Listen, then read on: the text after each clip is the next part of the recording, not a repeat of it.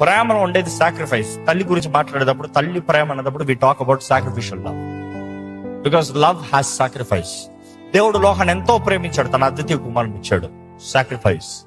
యేసు ప్రభు మనల్ని ఎంతో ప్రేమించాడు, ఆయన ప్రేమ మనకు కనబరచబడింది. కారణం ఎలాగ, ఏ రీతిగా? ఆయన ప్రాణం పెట్టాడు కాబట్టి. Sacrifice. You see, Bible is talking about sacrifice. నీకు ప్రేమ ఉందంటే రుజువు చూపించేది సాక్రిఫైస్. సాక్రిఫైస్ లేకపోతే ప్రేమే లేదు. What have you sacrificed for God? ఏంటది మీరు దేవుని కొరకు సాక్రిఫైస్ చేశారు? నిద్ర సాక్రిఫైస్ చేశారా? ఆహా. వాక్యం చదువుతానికి టైం లేదు, టైం సాక్రిఫైస్ చేశారా? ఆహా. నిద్ర ఒక 10 నిమిషాలు కట్ చేసి ప్రార్థన చేయలేవా? It's 3 to 6 is the prime time. Yesu ప్రభు ఇంకా సూర్యుడు ఉదయిస్తానికి ముందుగానే ఏం చేశాడంట? ఆయన వేకుగా లేచి ఆయన ప్రార్థన చేశాడు. వాక్యం యథావిధిగా ఆయన వెళ్ళి ప్రార్థన చేస్తున్నాడు. It's a time you connect with God.